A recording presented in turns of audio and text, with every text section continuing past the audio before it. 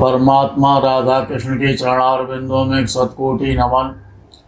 मित्रों को, जिज्ञासुओं को, धर्म प्रेमियों को, ज्योतिष विज्ञान प्रेमियों को हर हर महादेव बम बम भोले नमः शिवाय। मित्रों,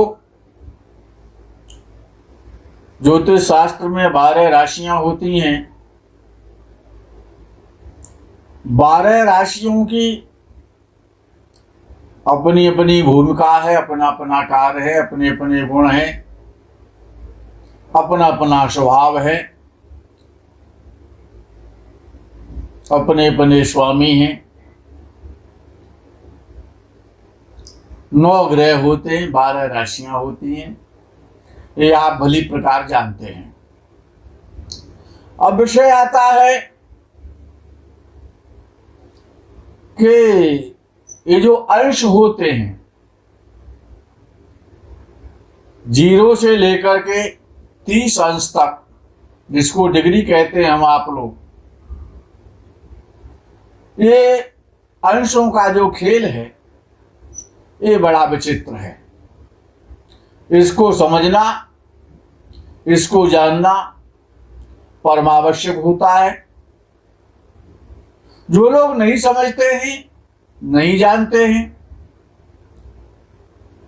वो दिन रात परिश्रम करते हैं, सफलता नहीं मिलती है। काम बनते बनते बिगड़ जाते हैं। जो भी काम करते हैं उसमें कोई न कोई अड़चन आ जाती है, कोई न कोई बाधा आ जाती है। कभी हमारी बेईमानी हो जाती है, कभी बहुत सारा माल हमने फायदे के लिए लिया था, अब उसका बिक्री नहीं हो रही है। इस प्रकार की बहुत सारी समस्याएं जीवन में आती रहती हैं। सर्विस करने की इच्छा है, योग्यता भी है, डिग्री भी है, इंटरव्यू भी दे के आए थे, लेकिन पता ही नहीं चला क्या हुआ। बहुत सारी जीवन की जो समस्याएं हैं वो ग्रहों से संबंधित हैं और राशियों से संबंधित हैं।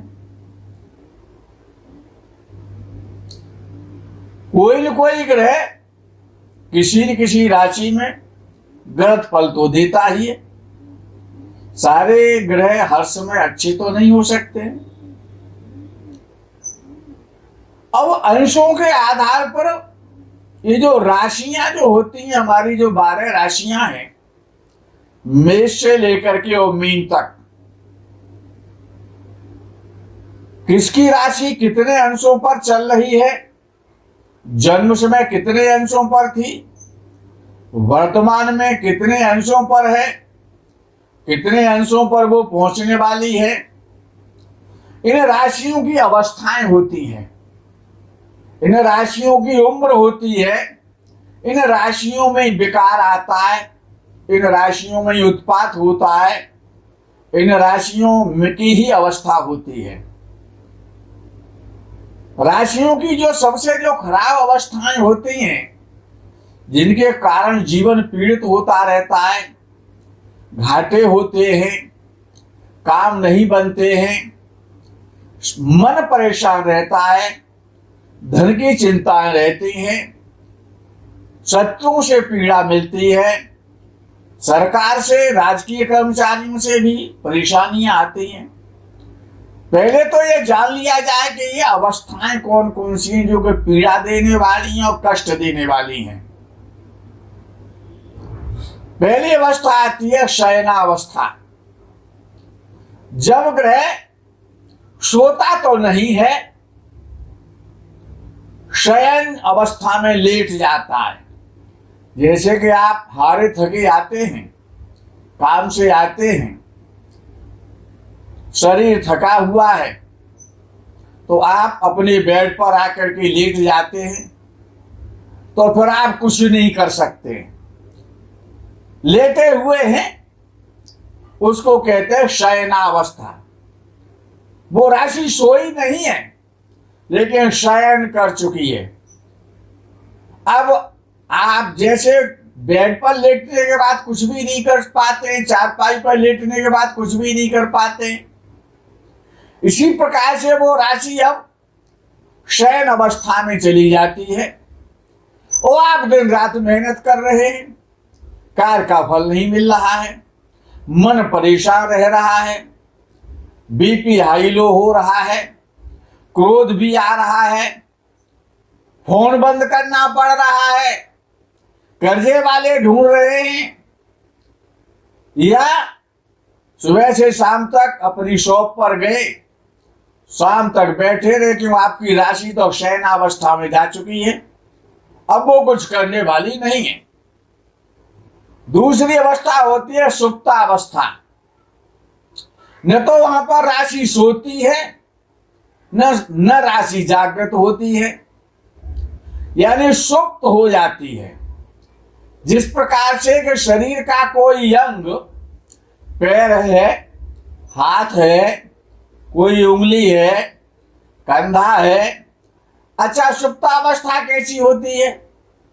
जैसे कि व्यक्ति कोमा में चला जाता है, व्यक्ति जीवित तो है, देख रहा है लेटा लेटा बिल्ली की तरह, जैसे उल्लू देखता रहता है, घूरता रहता है, इसको कहते हैं घुघू। वो डिप्रेशन अवस्था में चला जाता है। कोमा की अवस्था को सुप्तावस्था कह सकते हैं। अब आप कुछ भी नहीं कर पा रहे, काम को मन ही नहीं होता है, यानी कि आप स्थिर मति हो गए, स्थिर गति हो गए, सब कुछ स्थिर हो गया है। कितना ही धक्का लगा रहे हैं, जैसे गाड़ी खराब हो जाती है तो कितने लोग धक्का लगाते रहे, अब गाड़ी चली नहीं रही है। एक अवस्था होती है खला अवस्था। खल कहते हैं दुष्ट के लिए, जो भी काम करते हैं उसी में बाधाएं आ जाती हैं, उसी में रुकावटें आ जाती हैं, उसी में अड़चने आ जाती हैं, उसी में परेशानियां पैदा हो जाती हैं। कहा तो किया था आपने मुनाफे के लिए, जो बहुत बड़ा इससे लाभ मिलेगा, लेकिन उसमें घाटा हो रहा है। दुष्ट संग जन दे विधाता और वर वास नरक करता था। दुष्ट लोगों की संगति हो जाती है, दुष्ट लोग परेशान कर जाते हैं, अकारण शत्रु बन जाते हैं, शत्रुओं से परेशानी रहती है, शत्रु किसी न किसी कार्य में बाधा डालते रहते हैं। जो भी आप काम करते हैं, जिनका कोई लेना देना नहीं है, वो भी आपको परेशान कर रहे हैं। चौथी अवस्था होती है मंथरा अवस्था। बिल्कुल मंद मंद गति से चलना, स्पीड तो होनी। आप तो सोचते हैं कि हमारी गाड़ी 120 की स्पीड पर चलेगी, 80 पर चलेगी, 100 पर चलेगी।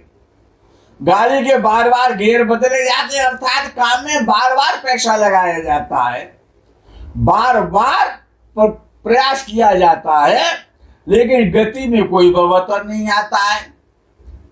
सारे दिन चलते हैं, लेकिन वहां के वहीं रह जाते हैं, कोई भी लाभ नहीं होता है। जहां पर भी देखते हैं बहुत मंद गति हो जाती है, परिश्रम पूरा होता रहता है, गति नहीं आती है। इसको कहते हैं आपकी राशि मंथरा अवस्था में फंसी हुई है, ऐसी अंश डिग्री में जा चुकी है राशि, वो बिल्कुल मंद गति से मंथरा अवस्था में है।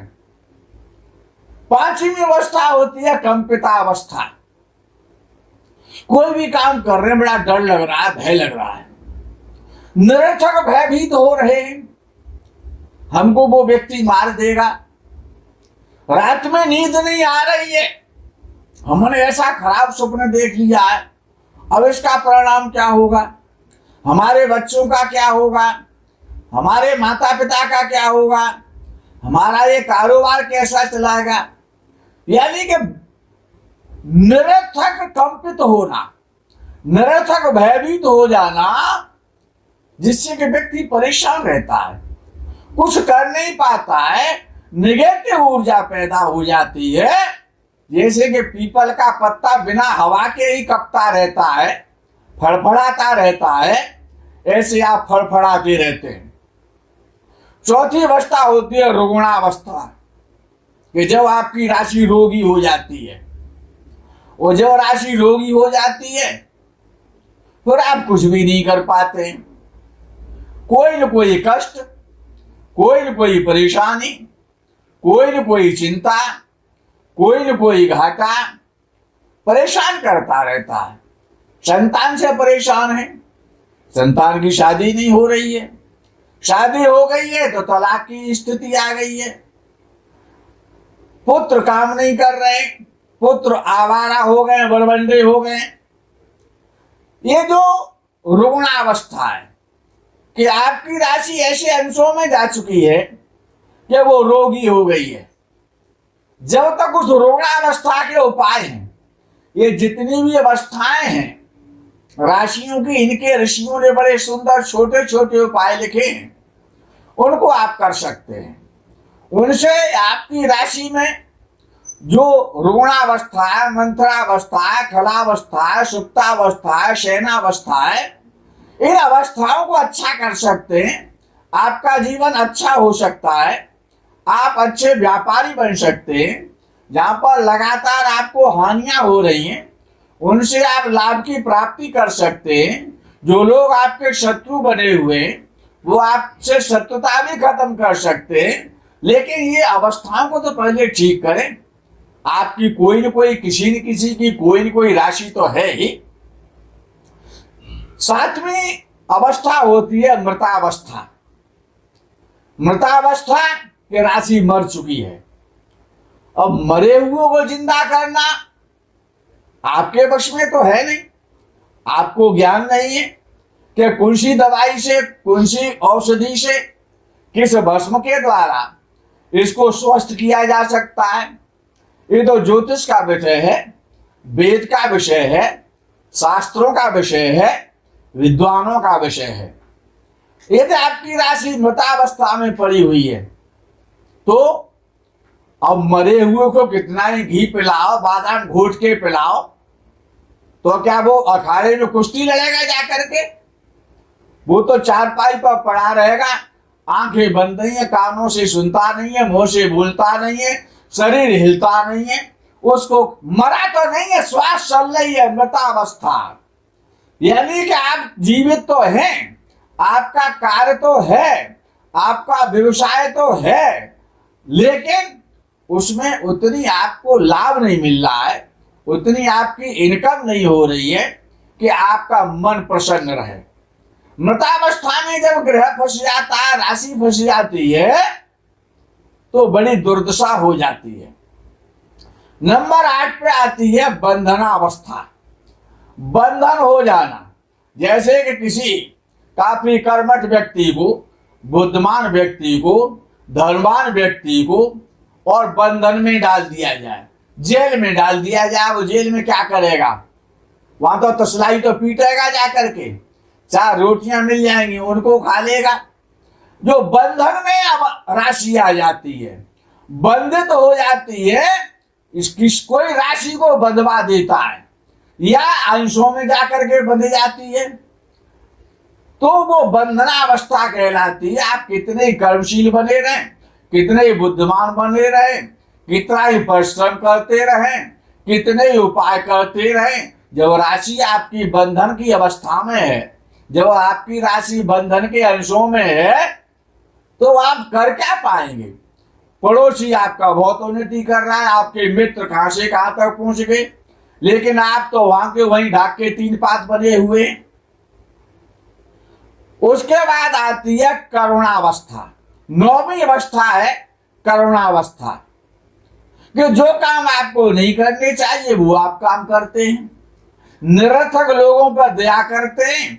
कोई आ गया, उसने जो है अपना माया भी आ गया, कोई पाखंडी आ गया, कोई बदतमीज आ गया, वो आपसे गिड़गिड़ाने लगा, आपने उसकी सहायता कर दी, 1 लाख 2 लाख 4 लाख रुपए दे दिए, 10 लाख दे दिए, 50 लाख से सहायता कर दी, अब आपको वो रुपए नहीं देता है।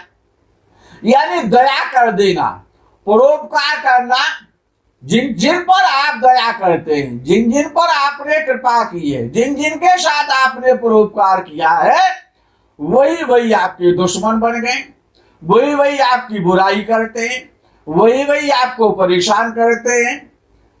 तो ये होती है करुणावस्था। निरर्थक दया करना, उस दया के कारण आपका जीवन नरक बन गया है।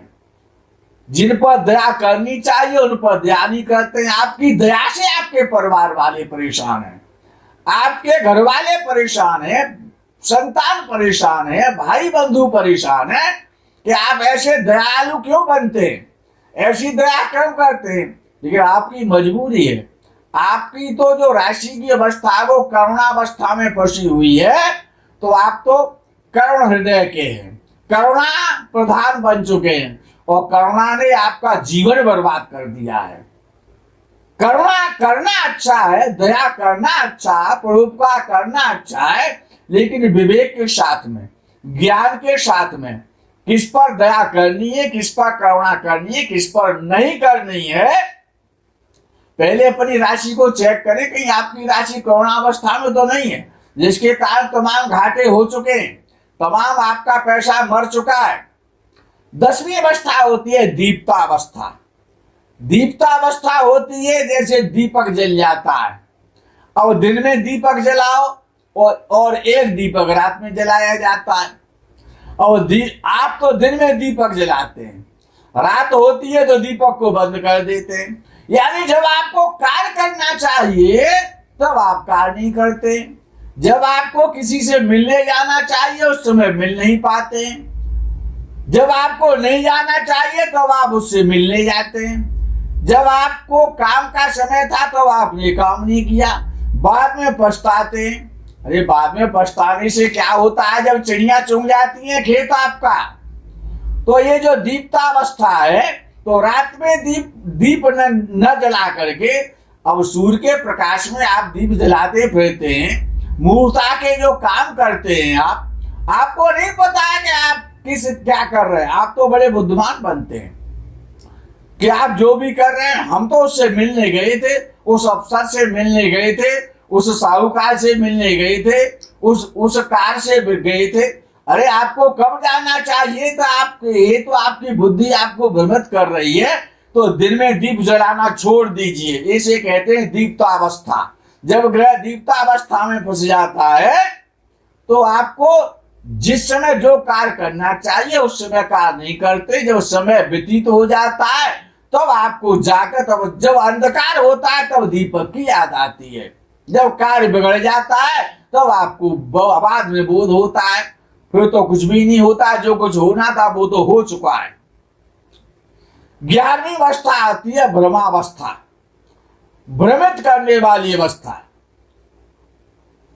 जो काम आपको नहीं करने चाहिए, जिन पर आपको क्रोध नहीं करना चाहिए, जिनसे आपको मित्रता नहीं करनी चाहिए, जिनसे आपको शत्रुता नहीं करनी चाहिए, जो आपको काम नहीं करने चाहिए वो आप काम करते हैं, आप भ्रमित हो जाते हैं। जहां की यात्रा नहीं करनी चाहिए वहां की आप यात्राएं कर रहे, पैसा निरर्थक बर्बाद हो रहा है। विदेश जाने की आवश्यकता नहीं थी, मन में भ्रम पैदा हो गया, विदेश चले गए, पैसा लगा दिया, 4 पार्टनर मिल गए, वो पैसा खत्म हो गया। तो ये जो भ्रम की जो अवस्था है ये बड़ी भयंकर अवस्था है। ये 11वीं अवस्था बहुत खतरनाक हो जाती है। घूमते ही रहते हैं, दिन रात काम करते हैं, दिन रात परिश्रम करते हैं, दौड़ते रहते हैं, कभी यहाँ जाना, कभी वहां जाना, कभी इससे मिलना है, कभी उससे मिलना है, लेकिन समस्याएं खत्म नहीं हो रही हैं। दिन रात भाग दौड़ कर रहे हैं, घर से पैसा खर्च कर रहे हैं, मन परेशान रहता है, घरवाली परेशान है, बच्चे परेशान है, सभी परेशान है। ये भ्रम की जो अवस्था है वो अंशों के आधार पर होती है। कुंडली में क्यों नहीं चेक कराते हैं आप, आपकी राशि भ्रमित तो नहीं हो रही है। उस राशि के जो भी आपकी राशि है वो आपको भ्रमित भी तो कर सकती है। एक होती है मूर्छावस्था। मूर्छावस्था जैसे व्यक्ति मूर्छित हो जाता है, जैसे चलते चलते गिर जाता है, चलते चलते दौड़ रहा है, एकदम मूर्छा आ गई और चाहे जहां गिर गया। अर्थात ये फॉर एग्जाम्पल आपको दे रहा हूं मूर्छा अवस्था। जिस प्रकार से कि लक्ष्मण जी को वीरघातनी शक्ति लगी, वो मूर्छित हो गई, मृत्यु को प्राप्त नहीं हुए, तो उस वो अंश होते हैं मूर्छा अवस्था के। जो भी आप काम करते हैं वही काम धराशायी हो जाता है, जो भी आप काम करते हैं उसमें घाटा हो जाता है, जो भी आप कंपटीशन देते हैं उसी में समस्या पैदा हो जाती है। जहां पर भी आप जाते हैं वो व्यक्ति आपसे खुशी से बातें नहीं करता है, यानी जो मूर्छा अवस्था है। ये जो मूर्छा अवस्था है ये भी अंशों के आधार पर होती है। तो ये जो सारी अवस्थाएं हैं, 12 राशियां हैं, वो ये 12 राशियां ही 12 अवस्थाओं में जा सकती हैं। कोई कोई राशि 2-2 अवस्थाओं में फंस जाती है, कोई कोई यहां तक विद्वानों ने लिखा है कोई राशि 3-3 अवस्थाओं में, खराब अवस्थाओं में फंस जाती है। शयन अवस्था में हो जाती है, खला अवस्था में हो जाती है, रुग्णावस्था में हो जाती है। इनके उपाय लिखे ऋषियों ने। आप परेशान हैं, आप ग्रह बहुत अच्छे चल रहे हैं, लगन कुंडली आपकी बहुत अच्छी है, ग्रह भी बहुत अच्छे हैं, दशाएं बहुत अच्छी चल रही हैं, ज्योतिषियों ने बहुत अच्छे फल बताए, लेकिन वो फल आपको मिलेंगे कहां से? आपकी जो राशि है, जो नाम राशि है या आपकी जो जन्म राशि है, वो तो है ना खराब अवस्था में फंसी हुई है। वो उन अंशों को चेक कराइए, विद्वानों से चेक कराइए। अपनी कुंडली आपके पास में तमाम विद्वान हैं, आप स्वयं विद्वान हैं। यदि आप नहीं जानते तो किसी विद्वान का सहयोग लीजिए, सहारा लीजिए कि मेरी राशि की स्थिति क्या है। आप ग्रह दिखाते हैं, अवस्था दिखाते हैं, अपनी समस्याएं बताते हैं, लेकिन आपने ये भी पूछा कि मेरी राशि किस अवस्था में है, किस अवस्था की राशि है।